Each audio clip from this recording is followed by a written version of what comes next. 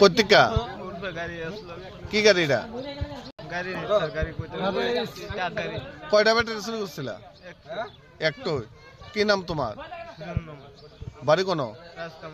কতদিন ধরে করে চুরি কাজ? আজকে প্রথম? বোধ এলাকাবাসীর ধরছে তোমারে? এই বাইপাস রোডে রেগুলার চুরি টুরি হয়, এটা তো তোমরাই করো। আজকে প্রথম করছো?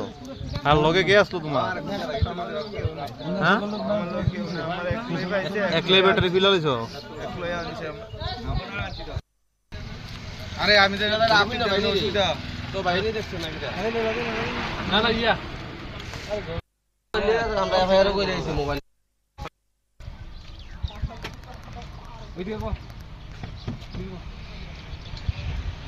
সপ্তাহ সাথে কেন ব্যাটারি শেষ আসলো?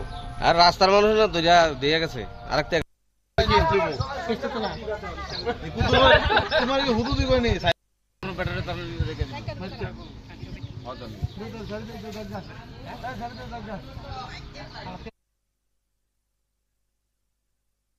আমার এই গাড়িটা আমরা রেখে গেছে আমার ছেলে রেখে যাওয়ার পরে আমরা একটা ঘের তুলতেছি, এরপরে ড্রাইভার যাইতেছে, ড্রাইভার লগে লগে সিলেন দিয়েছিল, যেহেতু দৌড়তেছে আমরা দৌড়ে ধরছি, তারা তো ওই চাকুটা আসলো, এই চাকুটা দিয়া এরপরে দৌড়ার পরে এরকম আমি করছি করছে কাটা, এরপরে র্যান্সার ছিঁড়ে দিয়া কিটা করছে? ওই ব্যাটারিটা খুলে রয়েছে গাড়ির থেকে। গাড়িটা কার? গাড়িটা আমরা আমার ছেলের গাড়িটা। এটা মধ্যম লক্ষ্মীর, এটা পৌরসভার আর কি। কোন রাস্তা এটা? এটা বাইপাস, বিশালগড় বাইপাস। পুলিশ আইছে না? হ্যাঁ আইছে, পুলিশ আইয়া লয়ে গেছে। বাড়ি কোন জায়গা? কোন বাড়ি কইছে রাস্তার মাথা। এই জায়গাতে তো প্রায় সময় চুরি চিন্তাই হয়, পুলিশের ভূমিকা লয়ে আপনারা কিতা কইবেন?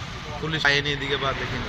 পুলিশ আইয়ে, পুলিশ কম আইয়ে, পুলিশ আইলে পুলিশ দিতে মানা না। পুলিশ ঠিকভাবে আইলে কি এইসব হইল?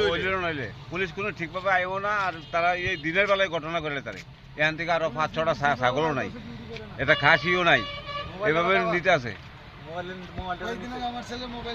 এরপরে আমার মাঝম ছেলের মোবাইলটা লিয়ে গেছে 34,000 মোবাইলটা থানার মধ্যে নিয়ে দেওয়া হয়েছে, ইনফর্ম দেওয়া হয়েছে। পাইছেন না? অন্য মোবাইলটা পাইছি, 34,000 মোবাইলটা দাম লয়ে গেছে। মোবাইল এই রাস্তাতে বাইপাসেতে লয়ে গেছে, চলতির ভিতরে সার্ভেটা লয়ে গেছে।